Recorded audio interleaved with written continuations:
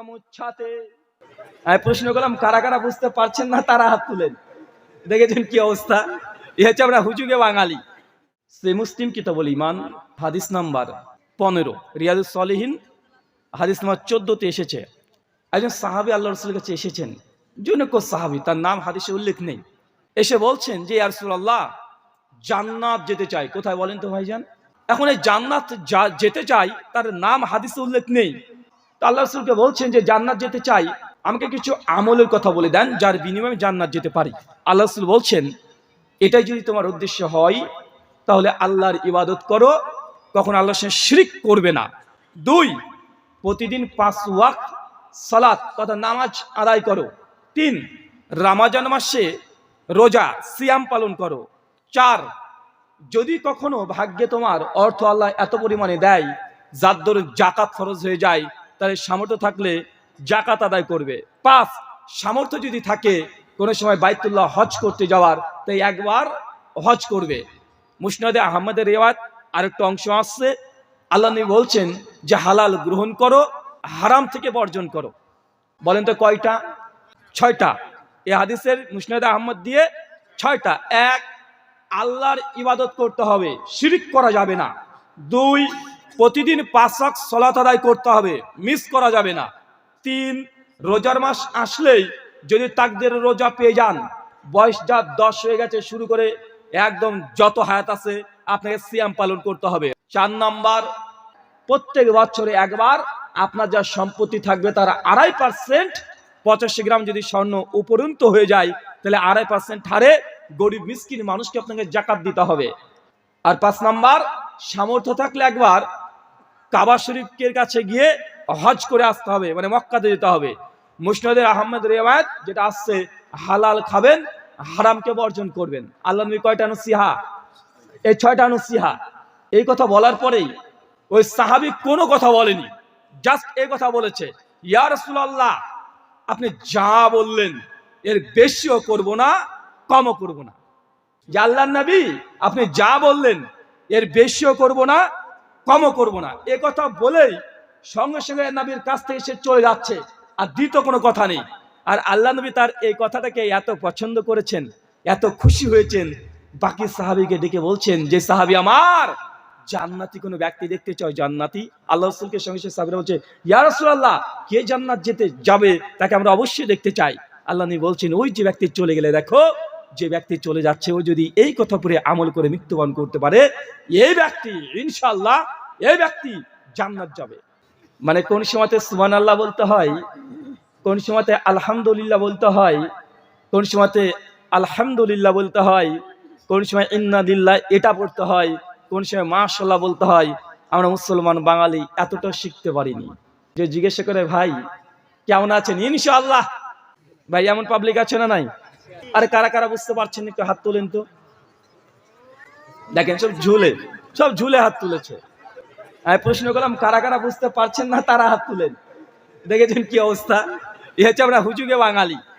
মানে হুজুর মানে 2-1 হাত তুলতে দেখেছে, ওরা তুলে দিয়েছে, আমিও তুলিনি। মানে এটা কি? আমরা হুজুগে চলছি এখন। মাশাআল্লাহ কখন বলে বলেন তো ভাইজান? আশ্চর্য সংবাদ শুনলে। কোনো যখন ভালো সুদর্শন কোনো জিনিস দেখবেন যেটাতে ভালো লেগেছে, একটা সুন্দর একটা ছেলে আছে বা মেয়ে আছে, আপনি দেখে বলছেন, আরে সর্বনাশ কি সুন্দর দেখতে রে, এটা মুসলমানের ভাষা না, মাশাআল্লাহ খুব সুন্দর আপনার সন্তানটা দেখতে হয়েছে। যদি মাশাআল্লাহ না বলেন, সূরা কুবরালিন নাসাই হাদিস নাম্বার 17109 আল্লাহ নবী বলছেন, কোন জিনিস যখন প্রশংসা করছেন, কোন ছেলেকে দেখেছেন সুন্দর দেখতে, আপনি যদি শুধু বলেন যে সুন্দর দেখতে, আল্লাহ নবী বলছেন তার নজর লেগে যেতে পারে, বরং তুমি মাশাআল্লাহ বলো। আর নজর এটা সত্য, এর কারণে একটা মানুষ একদম কবরের মধ্যে পৌঁছে যেতে পারে। এই দুটো জিনিস তো শিখতে পারলেন, তাই না ভাইজান? জানি। তারপরে আবার নতুন করে আপনাকে রিভাইজ দিয়ে দিলাম। 1, খারাপ সংবাদ পেলে কি বলতে হয়? ভালো জিনিস দেখেছেন, মুগ্ধ হয়ে গেছেন, কি বলতে হয়? আশ্চর্যের খবর শুনেছেন, আশ্চর্য একদম অবাক, কি বলতে হয়? সুবহানাল্লাহ। কি বলতে হয়? সুবহানাল্লাহ। আর ভবিষ্যতে কোনো কাজ করবেন, কি বলতে হবে? ইনশাআল্লাহ। কিন্তু বাঙালি কি বলে? কেমন আছিস? ইনশাআল্লাহ। মানে এখানে ইনশাআল্লাহ বলে দিয়েছে। মানে এখানে কি বলতে হয়? আলহামদুলিল্লাহ। কথা বুঝতে পারছেন? অন্তত 5টা জিনিস মুসলমান প্রত্যেক কথায় কথায় কথায় এই জিকিরগুলো আমাদের ঠোঁটে যেন লেগে থাকে, যে আপনার কথাতেই বোঝা যায় আপনি আল্লাহ সুবহানাহু ওয়া তাআলার একজন বান্দা। এই যে পার্থক্য করা যায়। ভবিষ্যৎ কোনো কাজ করবেন, টাকা দিবি না, দেব কাল বা কালকে দেব, এই কথা বলা যাবে না। ইনশাআল্লাহ আগামীকাল দেব। ইনশাআল্লাহ কখন বলে? ভবিষ্যতে কোনো কাজ যেটা করতে চাচ্ছেন এটার জন্য ইনশাআল্লাহ বলতে হয়। এই ব্যাপারে একাধিক কোরআনের আয়াত এসেছে। সূরা কাহাফ আয়াত নাম্বার 23 থেকে 27 পর্যন্ত পড়বেন। আমাদের নবীর কাছে বেশ কিছু ইহুদি পণ্ডিত এসেছে, এসে আল্লাহর নবীর কাছে বলছেন যে বলেন তো আপনি নাকি নবী। মানে আমাদের নবীকে নবী স্বীকার করতে যাচ্ছে না কারা? ইহুদিরা। তো আল্লাহ নবীকে অনেকভাবে পরীক্ষা তারা করেছে সেই সময়তেই, শুধু আজকে না, সেই সময়তে অনেক মানুষ পরীক্ষা করেছে। এসে আল্লাহ নবীকে বলছেন আপনি নাকি নবী। তো আল্লাহ নবী বলছে যে আমি আল্লাহর পক্ষ থেকে নবী। তো বলছেন তাহলে আপনাকে একটা প্রশ্ন করে উত্তর দেবেন। বলছে জি, কি প্রশ্ন আছে করুন। আল্লাহ নবীকে তখন বলছেন বলেন তো জুলকারনাইন কে? জুলকারনাইনটা কে? আল্লাহ নবী তখন তার সম্পর্কে জানতেন না যে জুলকারনাইন আসলে কে। আল্লাহ নবী কিছু না বলে কিছুক্ষণ পরে বলছেন ঠিক আছে, তুমি কয়েকদিন পরে এসো, কিছু তাফসীর আছে আগামীকাল এসো, আমি তোমাকে জানাবো। এই কথা বলেছে, ইহুদি পণ্ডিত চলে গেছে। নবী আলাইহিস সালাম তিনি অপেক্ষা করছেন কখন ফেরেশতা জিবরিল আসে। কেন আল্লাহ নবী যখনই বেঁধে যায় সঙ্গে ফেরেশতা জিবরিলকে আল্লাহ সুবহানাহু ওয়া তাআলা আসমান থেকে ওহী দিয়ে পাঠিয়ে দেন উত্তর দিয়ে দেওয়ার জন্য। কথা বুঝতে পারলেন না? এরকম অনেক ঘটনা আছে, অনেক। ইহুদিরা করে এসে প্রশ্ন করছে, বলছে তুমি যে আল্লাহর ইবাদত করো, তো তোমার আল্লাহ এ কি ছেলে না মেয়ে? দেখেন না ভাই, হিন্দু দাদারা আছে, দেবী দুর্গা উনি ভগবান, মা শিব ছেলে আছে না নাই? খ্রিস্টানদের জিজাস সে একজন পুরুষ আছে না নাই?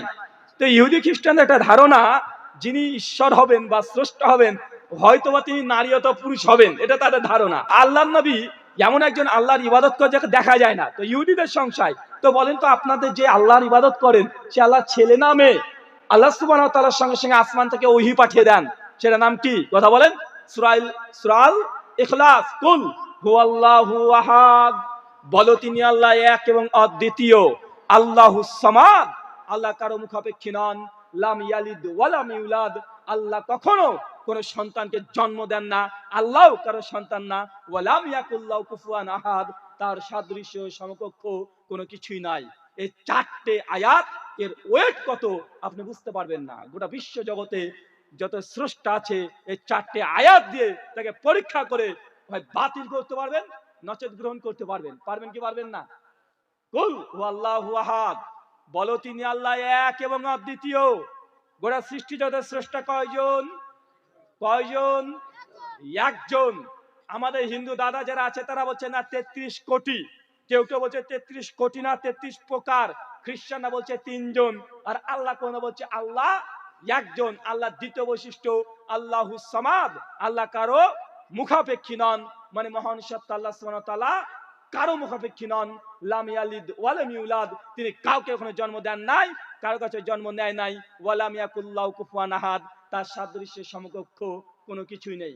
এখন বলেন এই ৩ নম্বর আয়াত খুব গুরুত্বপূর্ণ, যে আল্লাহ কখনো কাউকে জন্ম দেন না, এবং আল্লাহ সুবহানাহু ওয়া তাআলা যিনি হবেন তিনি কখনো নিজেও কাউকে যেমন জন্ম দেন না, আর তিনি কখনো জন্ম নেন না।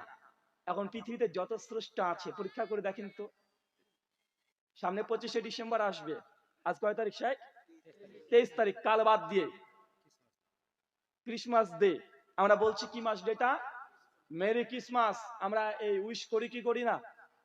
আমরা হোয়াটসঅ্যাপে উইশ করছি না ভাইজান? মেরি ক্রিসমাস জানেন এটা মানে কি? ক্রিসমাস ডে বলে বলছি আমরা, আমরা জানি এটা মানে কি। ক্রিসমাস এটা হিব্রু, গ্রিক, ইব্রানি ভাষা থেকে আসছে। ক্রিসমাস অর্থ হচ্ছে এইটা যে 25শে ডিসেম্বর খ্রিস্টানদের বিশ্বাস এই দিন জিজাস ক্রাইস্ট তিনি জন্মগ্রহণ করেছেন। জিজাস ক্রাইস্ট কেন জন্মগ্রহণ করেছেন? কারণ জিজাস ক্রাইস্ট তিনি স্বয়ং আল্লাহর পুত্র। বলে নাউজুবিল্লাহ মিন জালিক। জিজাস কে ভাই? নবী ঈসা আলাইহিস সালাম। চাচা 25শে ডিসেম্বরে কেক কারা কারা খাই? একটু হাত তোলেন তো ভাইজান। লজ্জা নাই, হাত তুলি আমরা। 25শে ডিসেম্বর বড়দিন, আমরা কেক খাই না ভাইজান? কে কে খায় একটু হাত তুলি না? একজন। 1 জানুয়ারি খান, মানে মুসলমান চালাকি। 25 ডিসেম্বরে আমরা খাচ্ছি না, 1 জানুয়ারি খাচ্ছি। ভাই 25 ডিসেম্বর খ্রিস্টানরা মনে করে এটা হচ্ছে বড়দিন। মাধ্যমিক পাশ কারা কারা করেছেন একটু হাত তোলেন। মাধ্যমিক ক্লাস 10। আরে তোলেন না রে ভাই, কি রে ভাই, টাকা যাচ্ছে নাকি? অনেকে আছেন। আচ্ছা, বৈজ্ঞানিক ভাবে 25 ডিসেম্বর কি বড়দিন? বড়দিন বলতে কি বুঝাচ্ছেন? টাইম বড়, তাই না ভাইজান? টাইম বড়। তো ভাই শীতের সময়তে দিন বড় না রাত বড়? রাত বড়। তো 25 ডিসেম্বর এটা কি আসলে কি টাইমের দিক থেকে বড়দিন? না। যে টাইমের দিক থেকে গোটা বিশ্ব জগতে বড়দিন যদি হয়, এটা কখনো শীতকালে হতে পারে না, এটা হবে জুন জুলাই। অনেকে বলেছে 16 জুলাই। এটা হচ্ছে গোটা বিশ্ব জগতে সব চাইতে দিন বড় হয়। কথা বুঝতে পারছেন না ভাই? গরমের সময় তো দিন বড় হয় না। দিন কমপক্ষে 12 ঘন্টা, 13 ঘন্টা, 14 ঘন্টা থেকে যায় কোন সময়? গরমের সময়। আর শীতের সময় ডিসেম্বর মাসের দিন ছোট, কিন্তু এই দিনটাকে আমরা বড়দিন বলছি। ভাই কখনো প্রশ্ন করেছেন? আরে শীতের সময় দিন তো ছোট, ছোট না ভাইজান? শীতের সময় কি হয়? দিন ছোট। কিন্তু 25 ডিসেম্বর বড়দিন বড়দিন করছি, এটা জানার কখনো আগ্রহ হয় নাই? কখনো আপনার এই মানে বিবেকে কখনো প্রশ্ন আসে নাই যে এই শীতের সময় তো দিন আমরা সবসময় বলি যে ছোট দিনের বেলা, ছোট দিনের বেলা এত কাজ করা যায় নাকি? ছোট দিনের বেলা, আরে শীতের সময় রাত অনেক বড়, সব সময় বলছি। কিন্তু 25 ডিসেম্বর আমরা এটাকে কিভাবে কিভাবে বড়দিন বলছি? আসলে আমরা বলি না, এটা খ্রিস্টানরা আমাদের হিন্দু মুসলমান সবার মধ্যে ঢুকে দিয়েছে। খ্রিস্টানরা মনে করে 25 ডিসেম্বর এই দিনটা সময় অনুযায়ী বড় নয়। এই দিনে স্বয়ং স্রষ্টা তিনি সন্তান জন্ম দিয়েছেন এই 25 ডিসেম্বর। এই জন্য এই দিনটা সবচেয়ে বড়, কারণ এই দিন স্রষ্টা সন্তান জন্ম দিয়েছে। আরে ভাই এখানে কি বলতে হয়? নাউজুবিল্লাহ কি বলতে হয়? কোন যদি আল্লাহর শানে নবীর শানে কোনো খারাপ যদি কোনো কথা শোনেন তখন কি বলবেন? নাউজুবিল্লাহ, এটা বলতে হবে। কথা বুঝতে পারছেন? অন্তত এইগুলো আজকে শিখে যান। তো এই 25 ডিসেম্বর এটা বড় দিন, এটা সময়কে হিসাব করে নয়।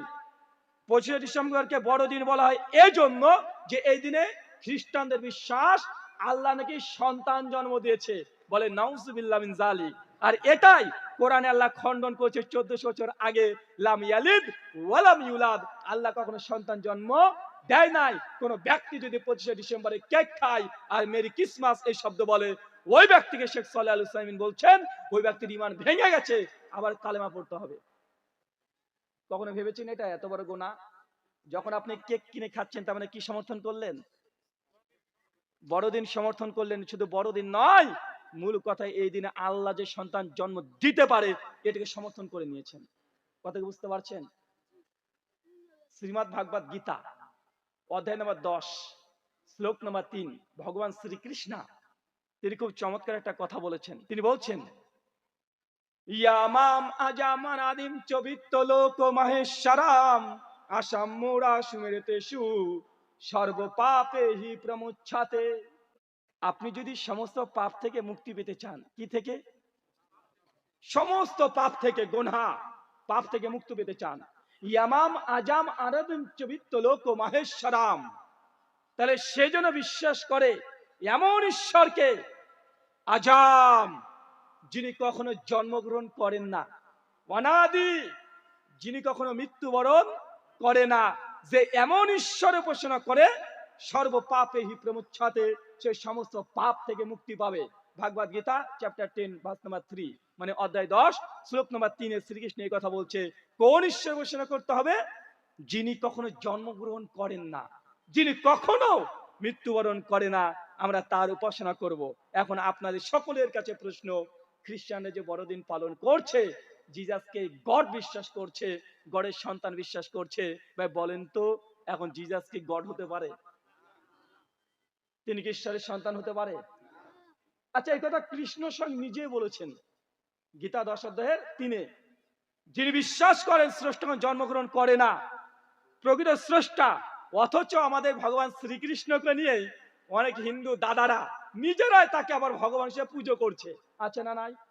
আর কৃষ্ণ নিজে বলছে যে ওই ঈশ্বর উপাসনা করো যে কখনো জন্মগ্রহণ করে নাই, যে কখনো মৃত্যুবরণ করে নাই, তার উপাসনা করো। অথচ শ্রীকৃষ্ণ নিজে দেবকীর পুত্র, নিজে জন্মগ্রহণ করেছেন, তার বাল্য লীলা আছে, ছোটবেলার অনেক ঘটনা আপনার সিনেমাতে দেখেছেন। ভাগবত পুরাণেও আছে, মহাভারতে এই কাহিনীগুলো লেখা আছে যে শ্রীকৃষ্ণ কিভাবে ননি চুরি করতেন, কিভাবে সখাদের সঙ্গে ঘোরাফেরা করতেন, কিভাবে কংসকে বধ করেছেন। সমস্ত জীবনী শ্রীকৃষ্ণের আছে, তার জন্মলীলা, মধ্যলীলা, তার মৃত্যুলীলা সব আছে। কিন্তু আমাদের হিন্দু দাদারা তারা এই গীতা পড়ছে, তারপরেও শ্রীকৃষ্ণের আবার উপাসনা করছে। আছে না নাই? আমি কোন হিন্দু দাদাকে কষ্ট দেওয়ার জন্য বললাম না।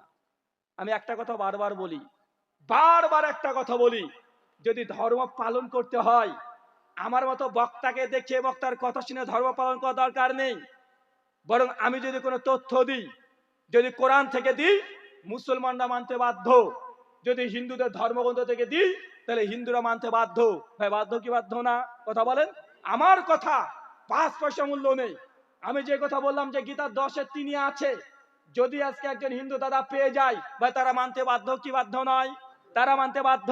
আর আমি একটা কোরআনের কথা বলবো, যখন কোরআনে স্পষ্ট প্রমাণিত আছে, আপনি দেখবেন তখন এই কথা মানতে আপনি বাধ্য কি বাধ্য নয়? আপনিও বাধ্য। মানে আমি জাস্ট এই কথা বলে গেলাম, আল্লাহ সুবহানাহু ওয়া তাআলা কোরআন মাজিদে যেমন বলছেন যে আল্লাহ কখনো জন্মগ্রহণ করেন না, কখনো মৃত্যুবরণ করেন না। হিন্দু ধর্ম মতো একই কথা বলছে, যিনি স্রষ্টা হবেন তিনি কখনো জন্মগ্রহণ করেন না, মৃত্যুবরণ করে না। হিন্দু মুসলিম সবার কাছে প্রশ্ন, আপনি যে ঈশ্বর উপাসনা করছেন সে কি জন্মগ্রহণ করেছে? যদি করে, এই ঈশ্বর না, ঈশ্বর না। যদি মৃত্যুবরণ করে, ঈশ্বর না। জয় শ্রীরাম করে গোটা ভারতবর্ষ তোল কালাম চলছে, আছে না নাই? গোটা ভারতবর্ষ আগুন ধরে দিয়েছে জয় শ্রীরাম করে। অথচ শ্রী রামচন্দ্র তিনি কখনো এই কথা বলেননি যে তিনি ভগবান, তিনি বলেছেন। বরং শ্রী রামচন্দ্র দেখবেন সকালবেলায় যখন হিন্দুরা, যখন রাম ভক্ত যারা সকালবেলায় একটা কৌশলা সুপ্রভাত মন্ত্র পড়ে, তারা সুপ্রভাত মন্ত্র ওখানে পরিষ্কার ভাবে এখানে বলা হচ্ছে কৌশল্যা সুপ্রজা রামা পূর্বিয়া সন্ধ্যা প্রবর্ততে উৎকৃষ্টা নরসার্ধুলা কর্তব্য দায়ব মানিকম। হিন্দু দাদাদেরকে প্রতিদিন পড়তে হয় যে রাম ভক্ত, কৃষ্ণ ভক্ত এটা পড়বে না। যারা দক্ষিণ ভারতের মুসলমান হিন্দুরা আছে তারা এটা প্রতিদিন পড়ে, কৌশলা সুপ্রজা রামা পূর্বিয়া সন্ধ্যা প্রবর্ততে। মানে অনেক ভোর হয়ে গেছে, হে রামচন্দ্র তুমি উঠো, উপাসনা করো, নরসার্ধুলা মানুষের মধ্যে সিংহের মতো হও, কর্তব্য দায়ব মানিকম আর ঈশ্বরে ভক্তি করো, এটা তোমার একমাত্র কাজ। ভাই বলেন তো, আমরা গোটা ভারতবর্ষকে আমরা যার নাম দিয়ে একদম গোটা ভারতবর্ষকে মাতিয়ে দিচ্ছি, ভাই তার কথা আমরা কেউ মানছি না। অপদেশ শ্রীকৃষ্ণ যেটা বলছে সেটা আমরা মানছি না। শুধুমাত্র এটা হিন্দু দাদার মধ্যে আছে এমনটা নয়, আমাদের মুসলিমদের মধ্যেও কোরআনে যেগুলোকে করতে বলা হয়েছে আমরা তার উল্টো করছি, আছে না নাই? মানুষ মারা গেলে 2 শ্রেণীর কোয়ালিটির মানুষ খুশি হয়, কে কে জানেন? এক হচ্ছে হিন্দুদের মধ্যে নাপিত, আর 2 মুসলমানের মধ্যে কিছু হুজুরেরা। কেন? হিন্দুদের মধ্যে যদি কোনো মানুষ মারা যায়, দেন নাপিত মরা বাড়িতে ঘুর ঘুর ঘুর ঘুর ঘুর ঘুর ঘুর ঘুর ঘুর ঘুরে বেড়ায়। কেন? কখনো মারা গেছে গোটা বংশকে নেড়া করবে, টাকলু করে টাকা ইনকাম করবে, আছে না নাই? কথা বলেন। আর দেখবেন আপনার যদি এলাকাতে কোনো মানুষ মারা যায়, হুজুররা ঘুর ঘুর ঘুর ঘুর ঘুর ঘুর করবে কিছু, মিলাদি হুজুর, আছে না নাই? কথা বলেন। মানে কেউ মারা গেলে হুজুরের ইনকাম বেড়ে যায়, কেউ মারা গেলে নাপিতর যেমন হিন্দুদের ইনকাম বেড়ে যায়, আমাদের কিছু হুজুর আছে তাদের ইনকাম বেড়ে যায়। কিভাবে?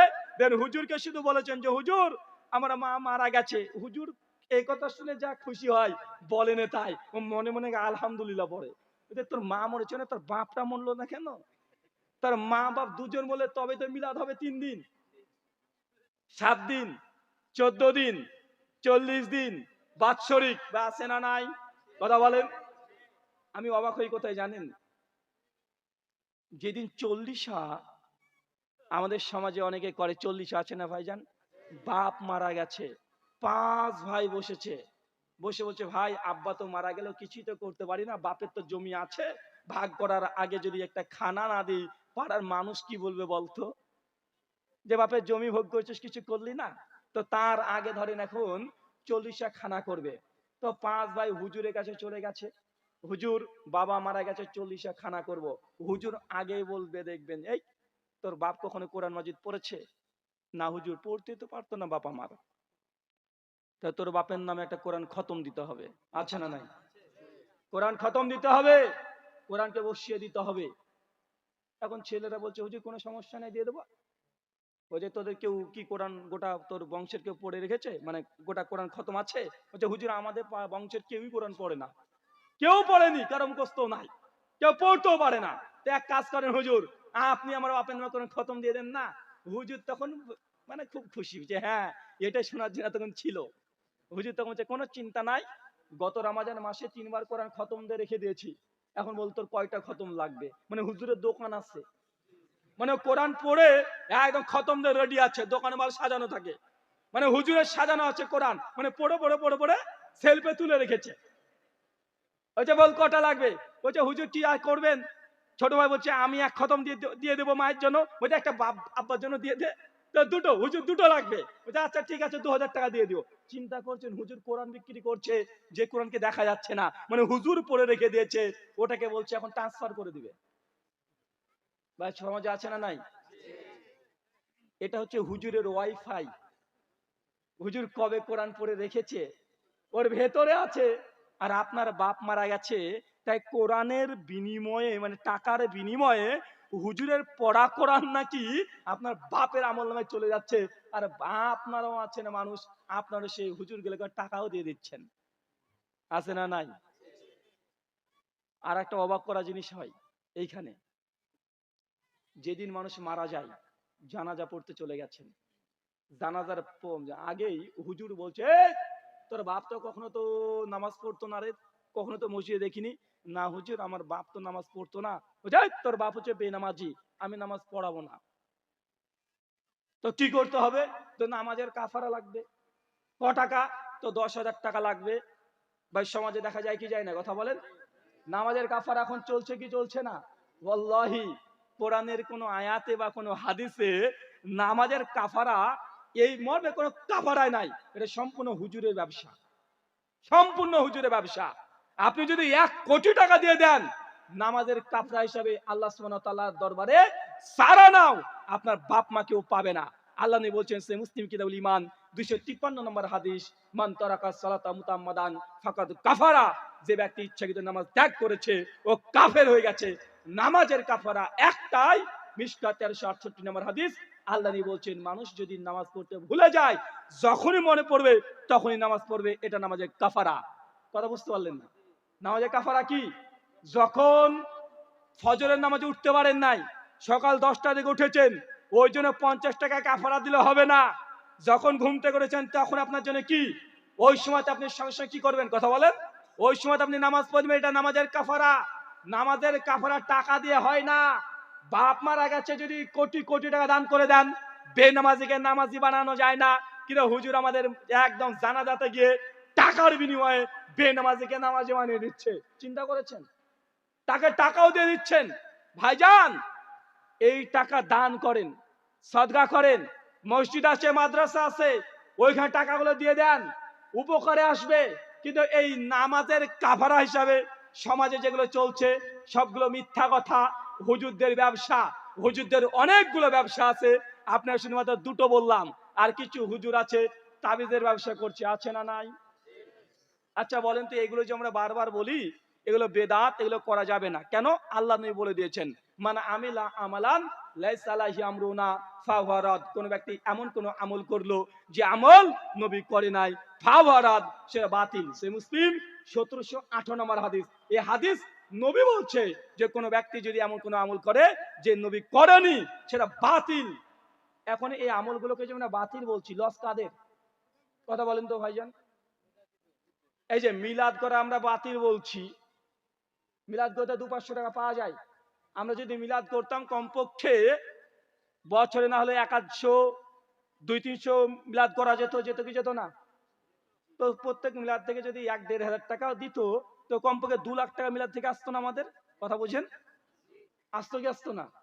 আচ্ছা তাবিজকে আমরা হারাম বলছি, তাবিজ যদি আমরা জায়েজ করে দিই, তো ভাই কমপক্ষে বছরে 50,000 টাকা ইনকাম হওয়ার কথা।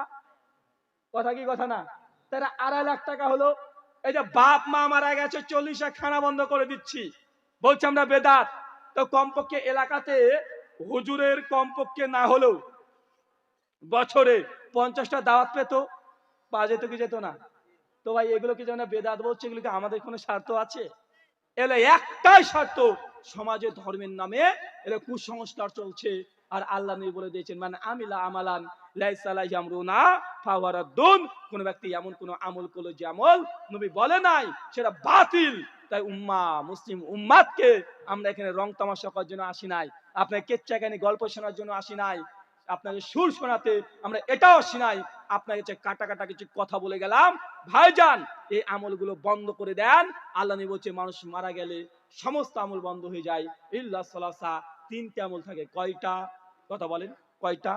এক, হুজুর দোয়া করবে, কবুল হতেও পারে না হতেও পারে, কিন্তু আপনার যদি কোনো সন্তান থাকে নেককার পরেজগার নামাজি ছেলে, সে যদি দোয়া করে একদম আল্লাহ ডাইরেক্ট কবুল করে নিবে।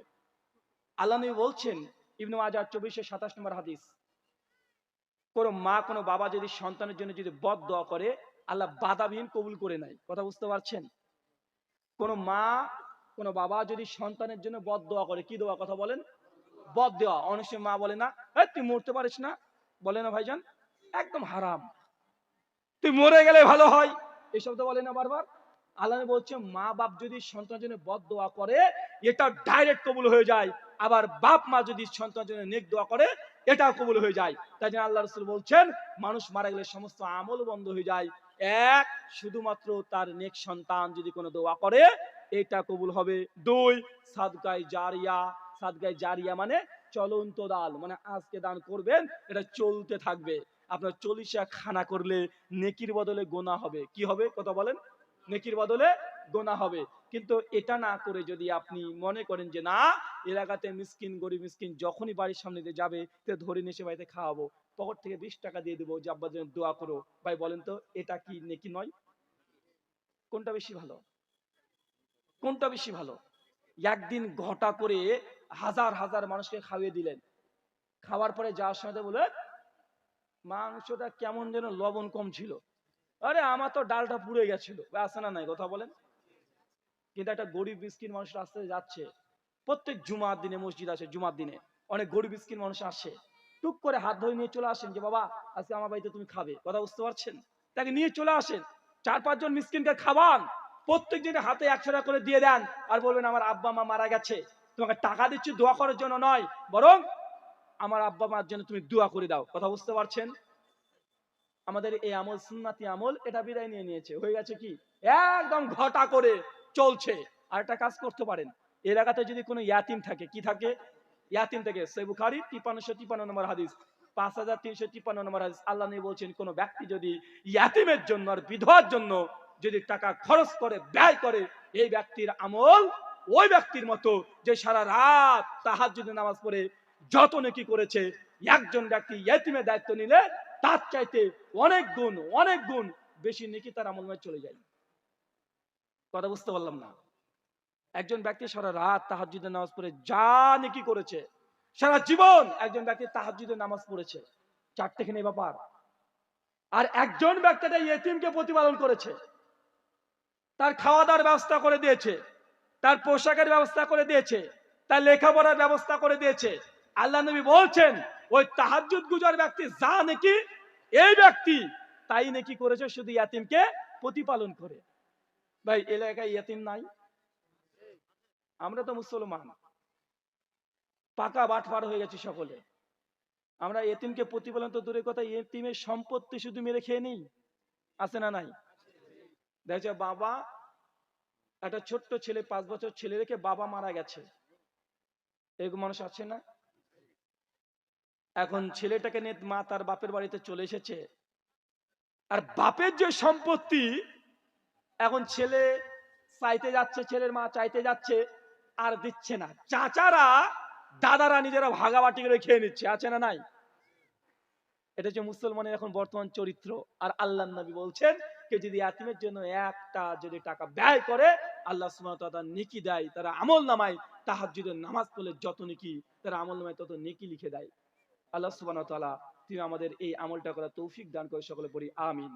সহিহ বুখারী 881 নম্বর হাদিস, কমন একটা আমল আপনাকে দিচ্ছি, এই আমলটা কঠিন নয়।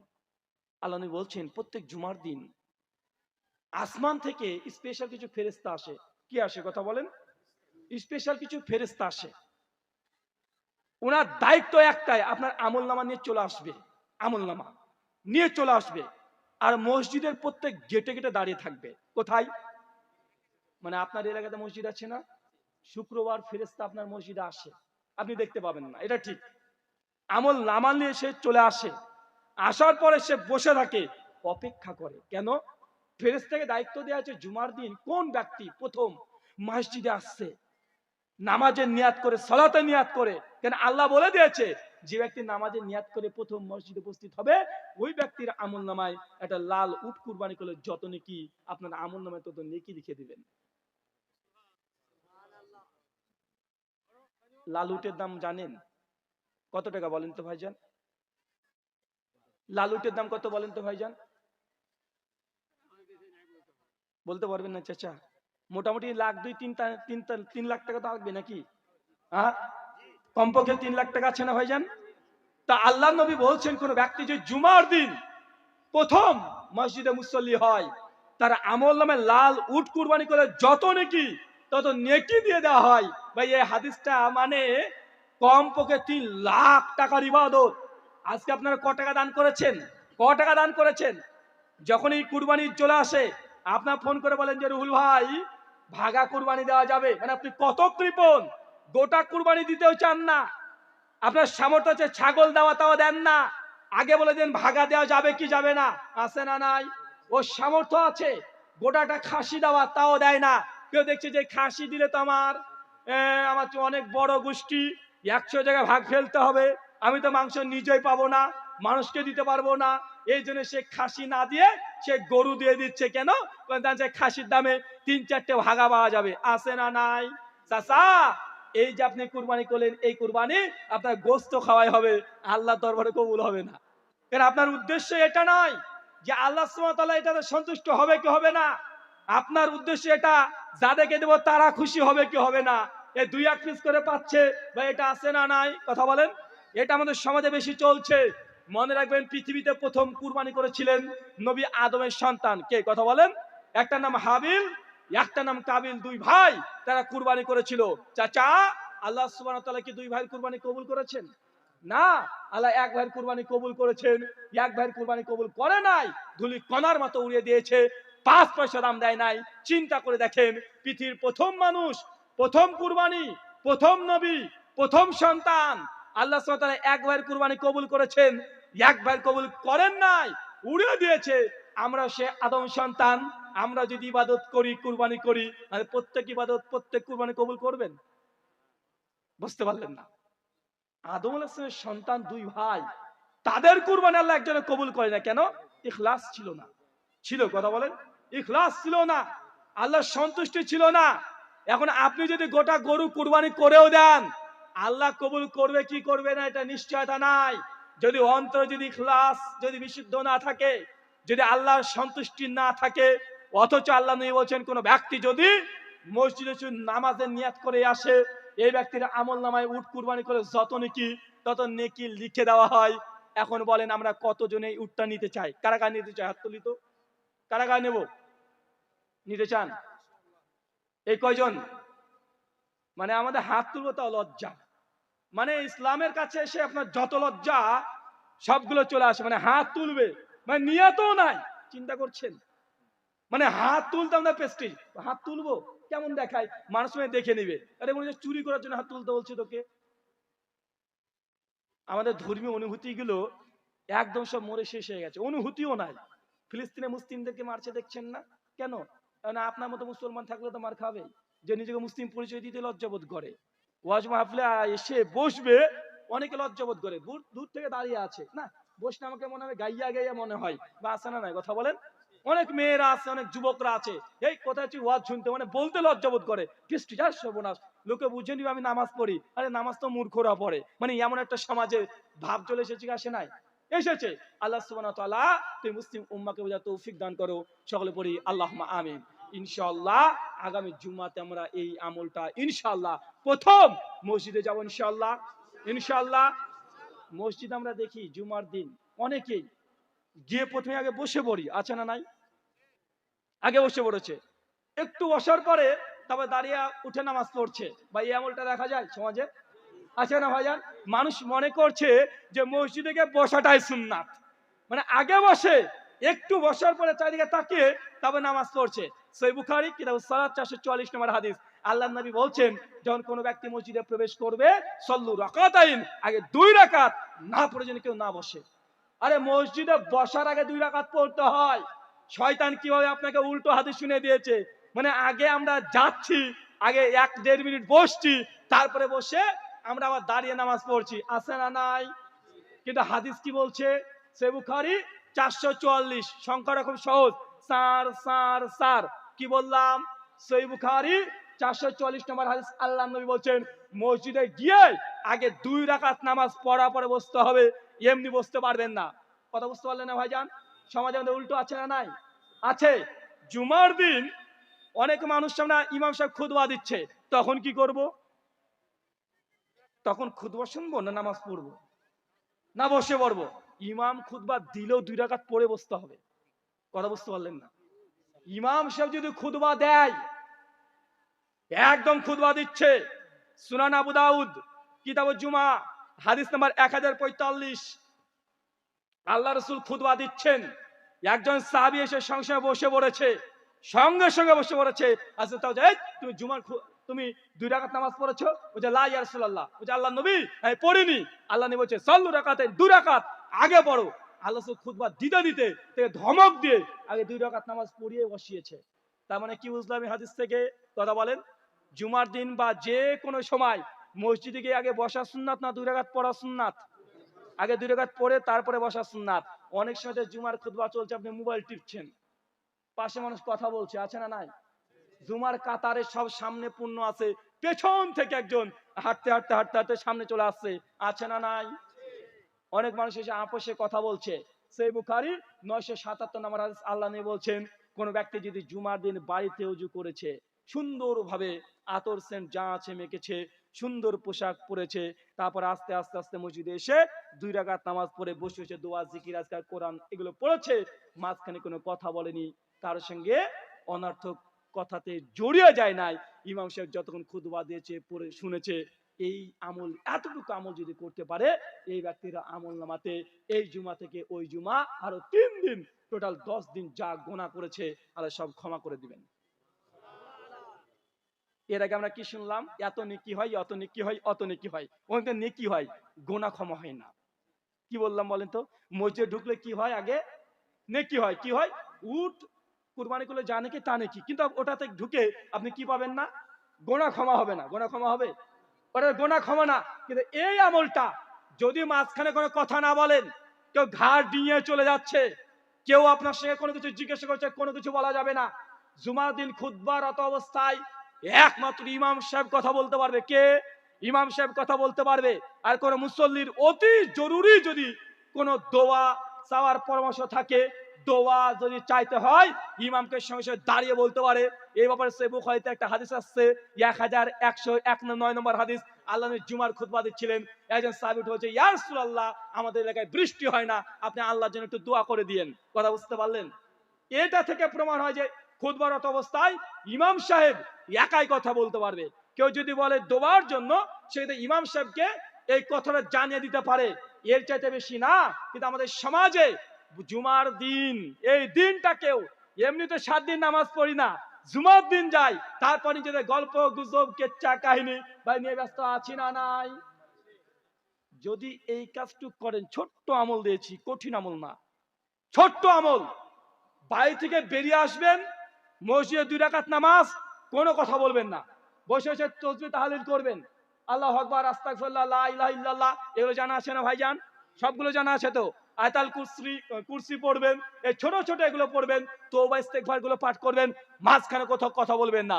একদম ইমাম সাহেব যতক্ষণ খুতবা শেষ করছে, নামাজ পড়ের গলা আপনি যদি কোনো কথা বললেন তো বললেন, নচেত মসজিদ থেকে আস্তে আস্তে বেরিয়ে আসবেন। করতে পারলে 10 দিন যা পাপ করেছিলেন আল্লাহ সুবহানাহু ওয়া তাআলা এই পাপগুলোকে ক্ষমা করে দিবে। এই পাপ মানে ওই পাপ যে পাপ গুনাহে সাগীরা, ছোট পাপ, বড় পাপ নয়। বড় পাপ মানে কার সঙ্গে জেনা করেছেন। কি করেছেন?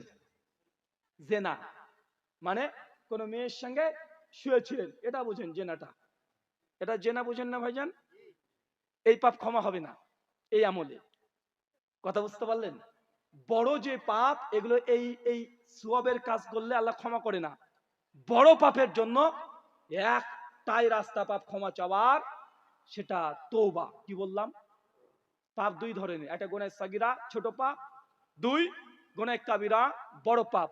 বড় পাপ আমল দিয়ে ক্ষমা হয় না। কি বললাম? বড় পাপ আমল দিয়ে ক্ষমা হয় না। আল্লাহ নবী বলছেন কেউ যদি সুন্দরভাবে অজু করে, মাঝখানে কোনো কথা বলেনি, অজু খুব সুন্দর হবে, তাহলে তারপর যদি 2 রাকাত নামাজ পড়ে তার সমস্ত গুনাহ আল্লাহ ক্ষমা করে দেয়। এই সমস্ত গুনাহ অর্থ বড় বড় গুনাহ নয়, ছোট গুনাহ।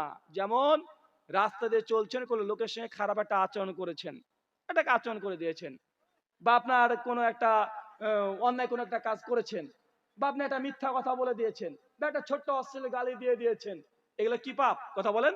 ছোট পাপ। এই ছোট পাপগুলো আল্লাহ ক্ষমা করে দেন নেক আমলের দ্বারা। কি আমলের দ্বারা? দান, সাদকা, এই অজু করা, নামাজ পড়া, এগুলোর মাধ্যমে এই পাপগুলো আল্লাহ কি করে? ক্ষমা করে দেয়। কিন্তু যখন বড় পাপ করে দিয়েছেন, যেন ঘুষ খেয়েছেন, যেমন সুদ খেয়েছেন, বন্ধন লোন নিয়েছেন, জেনা করেছেন, মেয়েটার সঙ্গে রাত্রিতে সারা রাত ধরে ভিডিও কলে কথা বলেছেন, আছে না নাই? এই পাপগুলো আপনি যত নেকের কাজ করেন না কেন, ভালো কাজ করেন না কেন, আল্লাহ ক্ষমা করবেন না। এই পাপ ক্ষমা করার একটাই রাস্তা, আল্লাহ সরাসরি তওবা করতে হবে। কি করতে হবে? কথা বলেন। তওবা করতে হবে। আল্লাহ, আমি এই অন্যায়টা করেছি, তুমি ক্ষমা করে দাও। বারবার আল্লাহ কাছে তওবা করতে হবে। আল্লাহ যদি চান আল্লাহ ক্ষমা করবেন, নচেত আল্লাহ ক্ষমা করবেন না। এটা হচ্ছে আপনার পাপ ক্ষমা চাওয়ার দুটো মূলনীতি বললাম। এই কয়েকটা আমল যদি করতে পারেন, ইনশাআল্লাহ ইনশাআল্লাহ আমি বিশ্বাসী আপনার জান্নাত যাওয়া, এটা ইনশাআল্লাহ আল্লাহর রহমতে, নবীর শাফাতে ইনশাআল্লাহ জান্নাতে প্রবেশ করতে পারবেন, কোনো সন্দেহ নাই। কেন? ওই যে প্রথম হাদিসটা বলেছিলাম, মাত্র 6টা কাজ। কয়টা? 6টা কাজ। আর সঙ্গে থাকবে তওবা। কি সঙ্গে থাকবে? তওবা। আর সঙ্গে কি থাকবে? এই যে আমরা নামাজগুলো পড়লাম, এই নামাজের এই রীতিগুলো যদি মেনটেন করি, ইনশাআল্লাহ ইনশাআল্লাহ আশা করা যায় জান্নাত যেতে পারবেন। ছোট্ট একটা মেসেজ, কারা কারা বিয়ে করেন একটু হাত তোলেন তো ভাইজান। বিয়ে কারা কারা করেননি তারা হাত তোলেন। কারা? আরে তোল রে ভাই, তোদেরকে হাত তোলাতেও পারি না, মুখ খোলাতেও পারি না। আর আমার গলাটা 2 দিন থেকে আমি স্বরে মানে আওয়াজ পাচ্ছি না। বাংলাদেশ থেকে এসেছি মাত্র 3 দিন 4 দিন হলো, টানা প্রায় 70-75 খানা প্রোগ্রাম ওখানে। ওখানে আলহামদুলিল্লাহ কোনো কিছু হয়নি। ইন্ডিয়াতে ঢোকার পরে নিজের দেশি শুট করে নিয়ে এবার প্রত্যেকবার ওখানে গিয়ে হয়, এবার এখানে হয়ে গেছে। মানে গলাতে গতকাল থেকে একদমই মানে কথা বলে তো মজা পাচ্ছি না। কথা বুঝতে পারছেন? হয়তো আমার ভয়েস বা টোন শুনে আপনারা বুঝতে পারছেন যে আমার টোন এটা না, মানে আমার টোন আমি চিনতে পারছি না, এটা কে শুনছে। তো যারা বিয়ে করেননি তাদেরকে একটা তাবিজ দিয়ে যাব। এই শীতের সময় বিয়ে করেননি ভাই, খুব কষ্টের বিষয়। অন্তত শীতের সময়তে বিয়েটা করে নেওয়া উচিত ছিল। তো যারা যারা বিয়ে করেননি, কেন করেননি রে ভাই? আহ নিজের পায়ে দাঁড়াতে পারেননি এখনো, বাপের পায়ে দাঁড়ান। আর অধিকাংশ মানুষ বলে যে রাহুল ভাই বিয়ে করতে চায় কিন্তু আব্বা দেয় না, মা দেয় না। কেন? তো আব্বার মা বারবার বলে যে ছোট, যে ছেলে আমার ছোট, মেয়ে আমার ছোট, আছে না নাই? যে ছেলে আমার ছোট, মেয়ে আমার ছোট। অথচ ছেলেটার বয়স 24 হয়ে গেছে, মেয়েটার বয়স 20 পার হয়ে গেছে। মা বলছে মেয়ে আমার ছোট, অথচ মাকে বলেন যে মা তুমি বিয়ে করেছিলে কত বছর বয়সে? মা তখন হাসতে হাসতে বলে আর বলিস না, তোর আব্বা যে রাতে আমাকে দেখতে গিয়েছে ওই রাতে দেখে আমাকে এত পছন্দ হয়েছে, ওই রাতে হুজুর ডেকে বিয়ে করে বাড়িতে নিয়ে চলে এসছে। তো কত বছর বয়সে বিয়ে করেছে? তো 15 বছর। মা 15 বছরে বিয়ে করে ওকে 16 বছরে জন্ম দিয়ে দিয়েছে, আর তার মেয়ে উনি 20 বছর হয়ে গেছে, এখনো কাঁচা আছে। ভাই সেই যুগের মেয়েরা বেশি তাড়াতাড়ি পাকে না, এখনকার মেয়েরা বেশি পাকে তাড়াতাড়ি? কোনটা? আরে এখন আধুনিক যুগের মেয়ের মা বলছে মেয়ে আমার পাগলি, কিছু বুঝে না, সংসার বুঝে নাকি? আরে ওই গিয়ে সংসার করবে কিভাবে, মানে মাই বিয়ে দিতে চাচ্ছে না, আছে না ভাইজান? আর ছেলের বাড়িতে বলে এই ছেলে আমার কাঁচা, কিছু বুঝে না, ছেলে আমার বয়সে অল্প, ছোট ছেলে, বিয়ে কেন দেব? যারা বিয়ে করতে চান কিন্তু আব্বা মা বিয়ে দেয় না, একটা তাবিজ দিয়ে যায়। এই তাবিজটা 3 মাস পড়বেন, ইনশাআল্লাহ এই তাবিজে কাজ হয়ে যাবে। তাবিজ নেবেন? আরে ফ্রিতে টাকা নেব না, আমরা তাবিজ দিলে টাকা নিই না। তাবিজ মানে কি? তাবিজ মানে কি? আমরা মনে করি তাবিজ মানে হাতে দিয়ে দেয় লোহার, ওটাই তাবিজ। তাবিজ মানে ওটা না, তাবিজ মানে প্রতিষেধক। এক কথায় কথা বুঝতে পারছেন? সমস্যার সমাধান, মানে এটা একটা সমস্যা, এটা সমাধান তাবিজ। কি তাবিজ? কালকে বাড়িতে যাবেন ভাইয়েরা, কাল বাড়িতে যাবে, যার পরে আব্বা যে জুতো আছে, জুতো বোঝে না, জুতো চটি, জুতো জুতো পরে আব্বাকে বলো, আব্বা দেখো তোমার জুতো আমার পায়ে হয়, বারবার দেখাবা যে আব্বা দেখো তোমার জুতো আমার পায়ে হয়। আব্বা যদি বলে, "এই, আমার জুতো বলছিস কেন?" আর আব্বা তোমার জুতো আমার পায়ে হয়, তুমি বারবার আমাকে ছোট বলো, দেখো জুতো পা আমার পায়ে হচ্ছে। বাপ কতক্ষণ বুঝবে না কি বুঝাতে চাচ্ছে, সব বুঝে নিবে। যে তাও কাজ না হয়, বাপের জামাটা পরে পরে ঘুরে বেড়াবে, "এই, তুই আমার জামা পরছিস কেন?" আবার তোমার জামা আমার গায়ে এখনো হচ্ছে। একটু বার যদি পারেন বাবার আন্ডার প্যান্ট ধরে টান দিবেন, "এই, আমার আন্ডার কই, আন্ডার প্যান্ট কই?" ওরে আব্বা, ওটা আমার কাছে, আমি কিনি না, এবার এবার তোমারটাতে কাজ চালিয়ে দিয়েছি। বারবার তুমি ছোট ছোট করো, কিসব ছোট, সবগুলো তোমার জিনিস আমার গায়ে হয়। ইনশাআল্লাহ তাবিজ ব্যবহার করেন, কমপক্ষে সপ্তাহে একদিন করে তাবিজ পড়বেন, ইনশাআল্লাহ দেখবেন বাপ মা খুব সহজে বুঝতে পারে যে ছেলে কোন দিককার আলামত দিচ্ছে। আর যেসব মেয়েরা আছে বিয়ে করতে চায় কিন্তু মা বিয়ে দেয় না, বাবা বিয়ে দিতে চায় না, অথবা লজ্জা লাগে বলতে যে বিয়ে করব, কারণ এটা খুব লজ্জার বিষয়। যদি এমন হয়, মেয়েদেরকে একটা পরামর্শ, একটা তাবিজ বাড়িতে কালকে চলে যাবে, মায়ের দেখবা একদম উপরে সেলফ আছে, সেলফের উপরে মায়ের বিয়ের বেনারসিটা আছে, একবারই পড়েছিল, ওটাকে পারবে তুমি কালকে গিয়ে সুন্দর করে সাজবে, ঘরের মধ্যে গিয়ে খাটের উপরে বউ যেমন বসে থাকে ওই বসে থাকবে, আর মাকে ডাকবে যে মা, মা শোনো। মা আসবে, এই কি রে তুই এরকম কেন?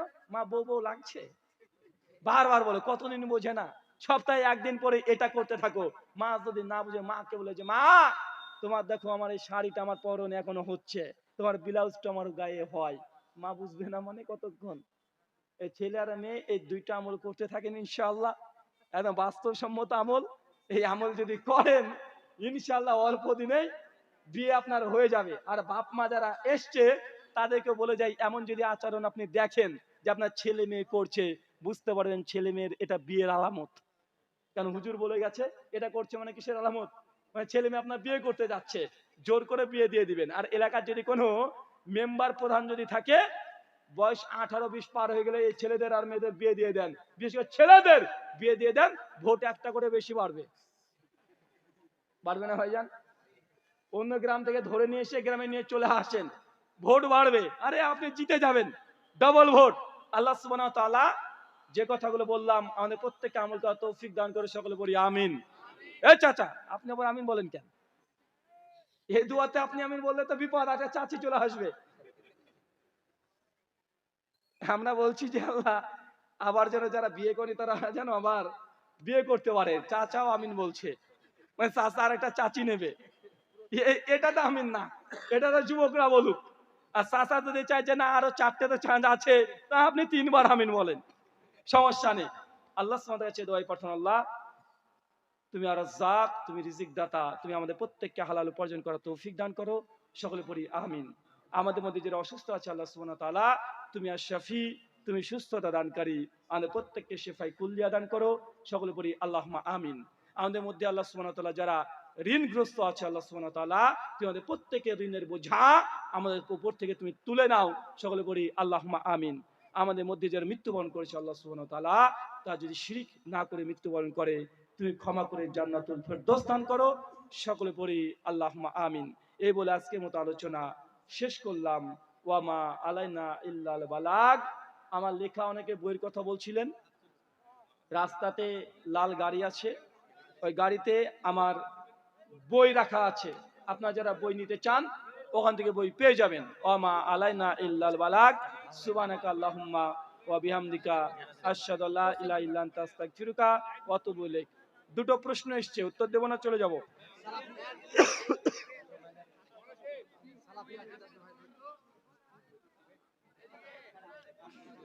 প্রশ্ন আসছে যে না,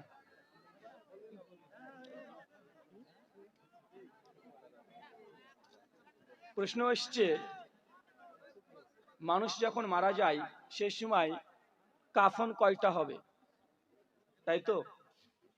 কাফন ছেলে হোক চাই মেয়ে হোক চাই হিজড়া হোক, কাফনের যে অংশ তিনটা, কয়টা? কথা বলে কয়টা? সহিহ বুখারী কিতাবুজ জানাইজ হাদিস নাম্বার 1272। আমাদের আয়েশা রাদিয়াল্লাহু আনহা বলছেন, আল্লাহ রাসূলের মৃত্যুর সময় আল্লাহর নবীকে আমরা তিনটে কাফনে আমরা কাফন দিয়েছি। কথা বুঝতে পারছেন? তিনটে অংশে, এটা একটা অংশ।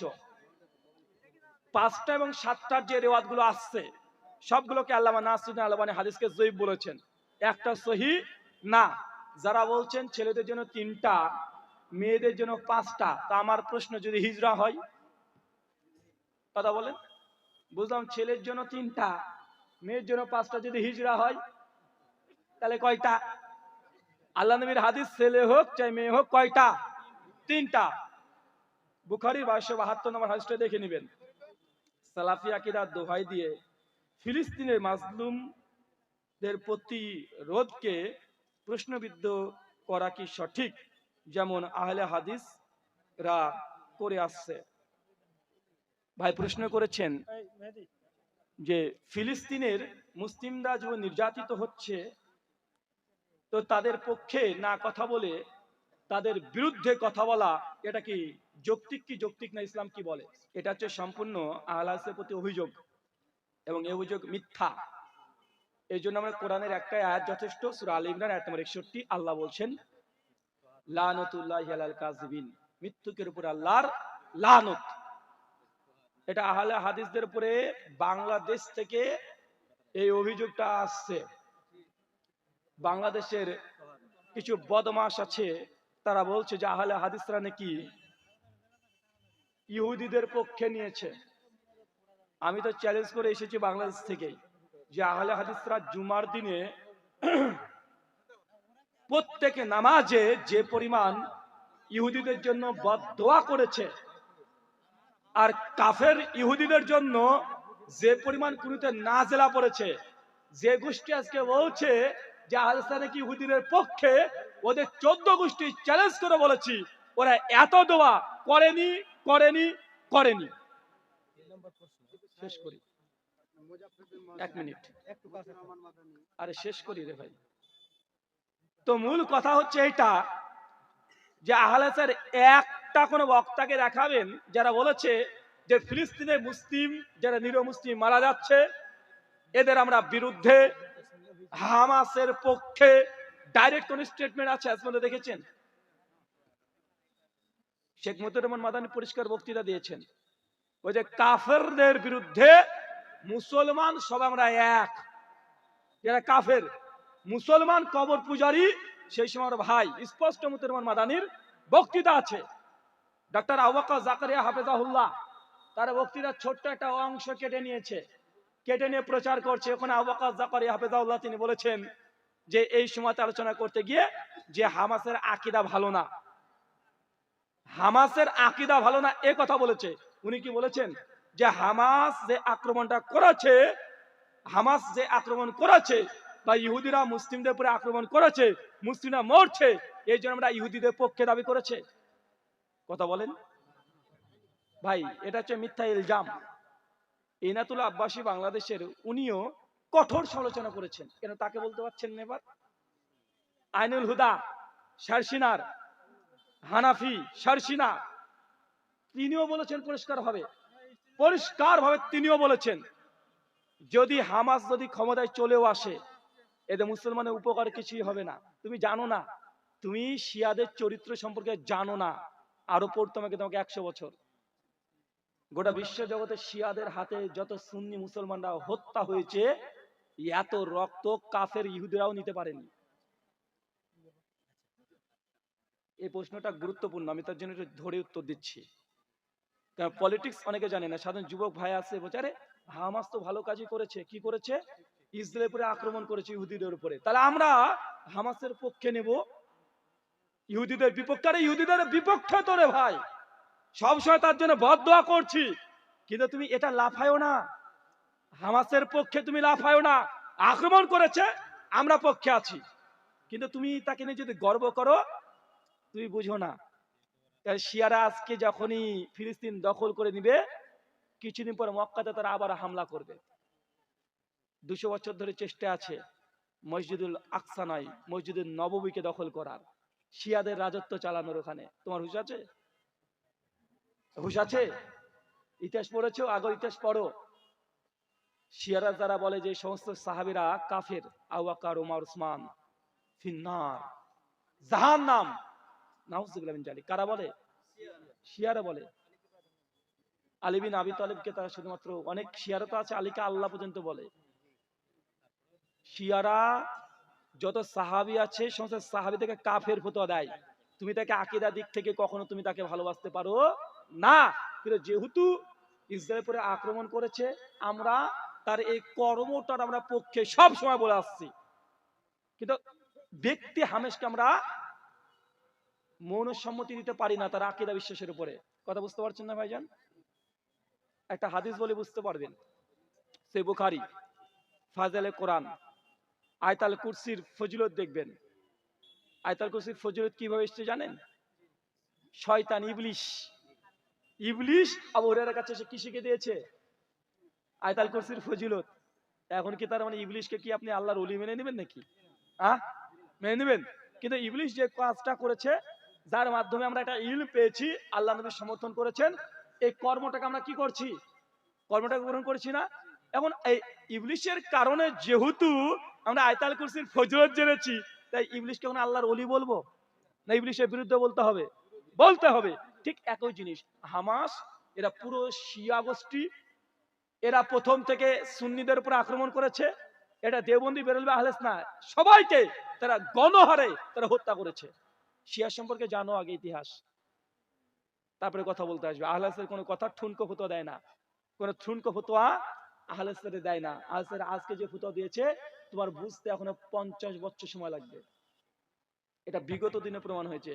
প্রথম আহলে হাদিসরা বলেছিল মাইকে যদি আজান হয় এটা বৈধ। হানাফি, দেওবন্দি, বেরলভী সব বলেছে বেদাত, দেওয়া যাবে না। এখন দেখেন দিচ্ছে। প্রথম যেমন শেখ শাহলুল্লাহ মুহাদ্দিস দেহলভী ফার্সিতে কোরআন অনুবাদ করেছে, ফার্সি ভাষায়। সবাই ফতোয়া দিচ্ছে দেওবন্দি বেরলভীরা যে এই শাহলুল্লাহ দেহলভী মুরতাদ হয়ে গেছে, কেন? কোরআনকে পরিবর্তন করেছে, ফার্সি করেছে। আহলে হাদিস উলামারা বলেছে যে না, এটা অবশ্যই জায়েজ, এটা করতে পারবে। আজকে দেখেন তারা এই ফতোয়া ঘুরে নিয়েছে কি নাই? আগে তারা বলতো মাইকের মাধ্যমে ইক্তেদা করা যাবে না, তাদের ফতোয়া ছিল। আহলে হাদিসরা প্রথম বলেছে না, এটা জায়েজ, এটা আমরা কোরআন সুন্নাহ থেকে প্রমাণ দিয়েছি আজ থেকে 50-60 বছর আগে। আজকের দিনে তারা করতে বাধ্য হচ্ছে, আছে না নাই? কথা বলেন। কিছুদিন আগে জ্বলন্ত দেখে নেন না, কিছুদিন আগেই শেখ মুজিবুর রহমান মাদানী ফতোয়া দিয়েছিলেন, ওখানে মসজিদে যদি এলইডি থাকে, ওখানে যদি ওয়াজ মাহফিল শোনা হয়, এটা জায়েজ মসজিদেও। তখন ওরা প্রচার চালাচ্ছে, দেখো আহলে খবিশেরা মসজিদের টিভি ঢুকিয়ে দিল, মসজিদের টিভি ঢুকিয়ে দিয়েছে। ভাই বলেছে কি বলেন? কথা বলেন। কত নিন্দা। এখন তারাও ফতোয়া দিচ্ছে, হুজুর মসজিদে শুয়ে শুয়ে ল্যাপটপ চালাচ্ছে, মসজিদের জুমার খুতবা রেকর্ড করছে, আছে না নাই? কথা বলেন। তো আমি তোমাকে বলেছি না, আমি অনেকদিন আগেই বলেছি, আহলে হাদিস ওলেমারা যে ফতোয়া দেয়, তুমি তো আবেগে পড়েছ, তুমি তো বক্তার প্রেমে পড়ে আলেমদের বিরুদ্ধে চলে যাচ্ছ, তুমি আবেগে কাজ করছো। এটা আবেগে নয়। এটা নিয়ে যদি আমরা ক্রিটিক্যাল অ্যানালাইসিস করি, তখন তুমি প্রকৃত কথাগুলো বুঝতে পারবে। এক, হামাস আক্রমণ করেছে, আক্রমণের পক্ষে আহলে হাদিস সবাই এখন পক্ষে আছে, কেউ কখনো বিপক্ষে যায় নাই। দুই, মুসলিম যারা নিহত হচ্ছে তাদের জন্য কেঁদে কেটে দোয়া আহলে হাদিসরা প্রতিদিন করে। আমি সেই সময়তে বলে দিয়েছি যে ফিলিস্তিন মুসলিমদের জন্য 2 রাকাত নফল নামাজ পড়ে রাত্রেতে হাউমাউ করে কেঁদে কেঁদে দোয়া করবেন। তাদের মুখ থেকে একদিনও বার হয়নি। আবেগ আছে, আবেগ। তুমি কি করেছো? 2 রাকাত নামাজ পড়েছো, দান করেছো, দান করলে বিপদ দূর হয়ে যায়, দান করেছো ফিলিস্তিন মুসলিম ভাইদের জন্য? করেছেন? কথা বলেন।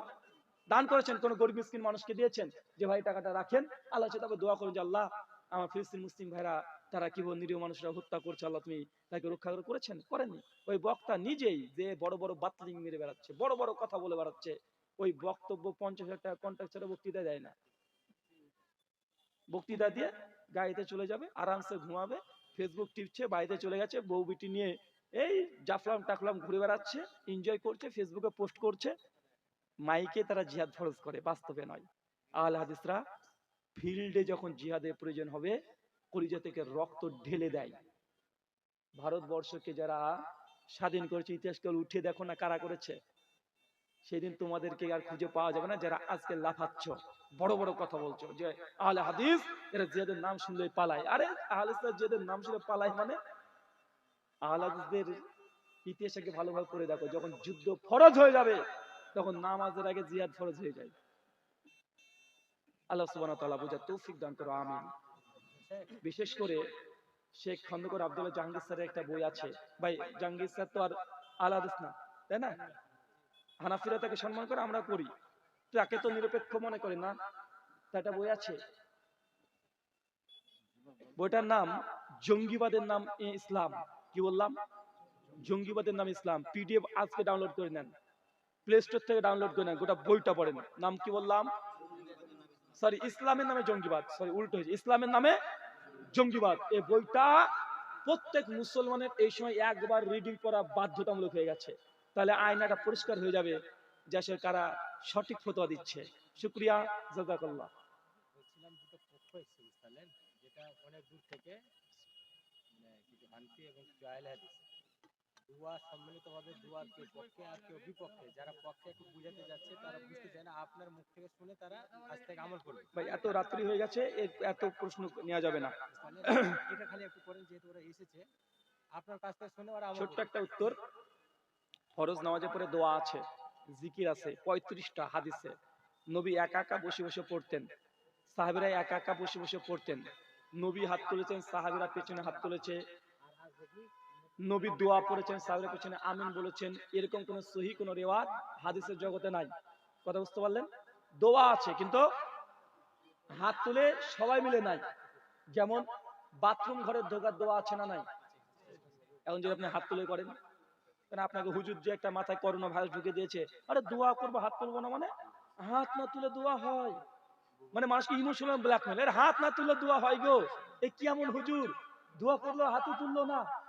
আছে না নাই? কথা বলেন তো। বাথরুম ঘরে ঢোকার দোয়া আছে না নাই? হাত তুলেন। বাথরুম থেকে বের হওয়ার দোয়া আছে না নাই? হাত তুলেন। পোশাক পরিধানের দোয়া আছে না নাই? হাত তুলেন। মসজিদে ঢোকার দোয়া আছে না নাই? হাত তুলেন। মসজিদ থেকে বের হওয়ার দোয়া আছে না নাই? হাত তুলেন। গাড়িতে ওঠার দোয়া আছে না নাই? হাত তুলেন। পোশাক পরার দোয়া আছে না নাই? হাত তুলেন। আয়নাতে মুখ দেখার দোয়া আছে না নাই? হাত তুলেন। কেউ তো হাত তুলি না। আচ্ছা, রাত্রিবেলাতে স্ত্রীর কাছে যখন যায় মানুষ, সেই সময় দোয়া আছে না নাই? সেই সময় কোন হুজুরে হাত তুলে? যারা বলছে হাত না তুলে দোয়া হয় না, দোয়া হয় না, তো স্ত্রীর কাছে যেতে হলেও একটা দোয়া লাগে। সেই সময় কি হাত তুলে দোয়া করেন নাকি? এই উঠো উঠো, আগে দোয়া করে নি। ফোন করবেন হুজুরকে যে হুজুর রাত 12টা বাজছে, বাড়ির পেছনে চলে আসেন, তাড়াতাড়ি চলে আসেন, কেন আমাদের শুরু হবে তো, একটু দোয়াটা করে দিয়ে যান। মানে আপনাদের যে মাথাতে ঢুকে আছে যে দোয়া মানে হাত তোলা, আরে 100 খানা জায়গা দেখাবো যে না হানাফিরাও হাত তুলে না, আহলে হাত তুলে না। কেন? দোয়া মানে হাত তোলা, এই কথাটাই ভুল। তাহলে সব জায়গাতে দোয়াতে হাত তুলতে হবে। বাথরুমে ঢোকার আগে আগে দোয়া করতে হবে। ভাই বাথরুমে ঢোকার দোয়া আছে না ভাইজান? আছে তো। তার মানে দোয়া মানে হাত তোলা নয়। দোয়ার 3টে পদ্ধতি আছে। কিছু দোয়া আছে হাত তুলতে হয় না, যেমন এই দোয়াগুলো ফরজ নামাজের পরে দোয়া আছে হাত তোলা নেই। কিছু দোয়া আছে হাত তুলতে হবে, যেমন আজকে কবরস্থানে চলে যান, কবরস্থানে কবর জিয়ারত করতে গিয়েছেন, সঙ্গে সঙ্গে 2 হাত তুলে যত ইচ্ছা দোয়া করেন, কাটাকাটি করেন, কে নিষেধ করলো? তবে সবাই মিলে নয়, একা একা। কি বললাম? কবরস্থানে গিয়ে সবাই মিলে নয়। যখন আপনি কবরস্থানে যাবেন জিয়ারত করতে, একা একা আছে। কি আছে? একা একা। সম্মিলিত কথা আছে, যেমন বৃষ্টি প্রার্থনার জন্য দোয়া করবেন, এখানে সম্মিলিত আছে। কুনুতে নাজেরা পড়বেন, একসঙ্গে আছে। তো ভাই স্তর বিশেষ তরিকার চেঞ্জ আছে। আমরা দোয়া তুলি নাই, আমরা সুন্নতি পদ্ধতি আপনাকে দিয়েছি, দোয়া করার পদ্ধতি তুলেছি, দোয়া করা তুলি নাই। অনেকে বলছে দোয়াই তুলে দিল। এই যে আজকে দোয়া আমি করেছি কি করিনি? কথা বলেন। আলোচনা সে দোয়া করলাম না। আল্লাহ নবী যখন, তিনি কি ওয়াজ করেননি? আল্লাহ নবী ওয়াজ করেননি, আলোচনা করেননি? বিদায় হজ্জের ভাষণও দিয়েছেন। আল্লাহ নবী যখনই কোনো খুতবা দিতেন, আলোচনা করতেন, তিনি দোয়া করতেন, সুবহানাকা আল্লাহুম্মা ওয়া বিহামদিকা আশহাদু লা ইলাহা ইল্লা আনতা আস্তাগফিরুকা ওয়া আতুবু ইলাইক। এটা আল্লাহ নবীর ওয়াজ শেষ করার দোয়া। আর তার আগে মাঝে মধ্যে কথা বলতে বলতে তিনি দোয়া করতেন যে আল্লাহ তুমি আর রাজ্জাক, তুমি রিজিক দাতা, আমাদের তুমি রিজিক দাও, আল্লাহ তুমি আসমান থেকে পানি বর্ষণ করো, আল্লাহ তুমি ওর ঋণ আছে, ঋণ তুমি মুকুব করে দাও। এটা আল্লাহ রাসূল মাঝে মধ্যে তিনি বলতেন, কথা বুঝতে পারছেন? আর যখন আলোচনা শেষ করতেন তখন এই দোয়াটা পড়তেন। কিন্তু আমাদের সমাজে আছে যে বাবারে মাল্লা, এক টানে মাল্লা, বাপরে বাপ, দেখছি হুজুর দোয়া করলো কিভাবে রে, বেনামাজিকে জান্নাত ঢুকে দিয়েছে, জান্নাতের দরজা ভাঙিয়ে, মানে দোয়ার ঠেলাতে, মানে মনে করছে বেনামাজিরা জান্নাতের দরজা ভেঙে ঢুকে দিবে, যে অমুকের বেটা দিল এত টাকা দান, আল্লাহ তাকে জান্নাতের দরজা ভেঙে ঢুকে দিবে, এরকম একটা ব্যাপার আছে না ভাই? 100 টাকাতে জান্নাত দিয়ে দিচ্ছে হুজুরে। এটা হচ্ছে সীমা লঙ্ঘন, বাড়াবাড়ি। আমরা আহলে হাদিস, কোরআন হাদিসের যতটুকু আছে আমরা ততটুকু সন্তুষ্ট, আলহামদুলিল্লাহ। ইসলাম কেন গোটা বিশ্ব জগতের মধ্যে সৃষ্টি জানেন? কেন এটা অবিকৃত আছে। এটা কি আছে? অবিকৃত আছে। পৃথিবীর সমস্ত ধর্মের বিকৃতি এসেছে, সব ধর্মের। হিন্দুরা বলছে বেদের মধ্যে আগে প্রায় 1,00,000 মন্ত্র ছিল, এখন আছে মাত্র 20,000। খ্রিস্টানরা বলছে যে আমাদের বাইবেল কমপক্ষে না হলেও বাইবেল 50 বার চেঞ্জ হয়েছে, খ্রিস্টানরা লিখেছে। বাইবেলের একদম ভূমিকা দেখেন, ও লিখছে at the king James version has been so serious defect, যে বাইবেলের মধ্যে অসংখ্য অজস্র ভুল ত্রুটি ছিল, এগুলো আমরা সংশোধন করেছি। আছে না নাই? ইসলাম সৃষ্টি এটাই যে ইসলাম এখন অবিকৃত আছে, কিন্তু আপনারা বিকৃত ইসলাম চাচ্ছেন। আধুনিকতার নাম দিয়ে যারা বড় বড় জোর জোরে কণ্ঠে এই জিহাদ করতে হবে, যুদ্ধ করতে হবে, মারতে হবে, কাটতে হবে, এই দিন কায়েম করতে হবে বলছে, ওই মুখেই শেষ, আর কিছু নাই। কি করেছে? আমি তো বলেছিলাম যে ভাই আমরা নাহলে জিহাদ এখন ফরজ মনে করছি না, তোমরা তো মনে করছো, তোমরা যাচ্ছ না কেন রে ভাই? আমাদের অপেক্ষায় কেন বসে, কেন বসে শেখ জাকারিয়ার অপেক্ষায়? তিনি ফতোয়া দিলে কি আপনারা চলে যাবেন? ফতোয়া দিলে চলে যাবেন? আহলে হাদিসের ফতোয়া যেটা কি আপনার জিহাদ আটকে আছে? এগুলো অন্য কিছু নাই, হিংসা, গভীর ষড়যন্ত্র চলছে। মুসলিম উম্মাকে সাবধান এবং সতর্ক করে যাচ্ছি যে এরকম আবেগে পড়া ধর্ম ইসলাম নয়। কোরআন পড়েন। শুকরিয়া, জাযাকাল্লাহ খায়রান, বারাকাল্লাহ ফিকুম, ওয়া মা আলাইনা ইল্লাল বালাগ। অনেক শুনেছি।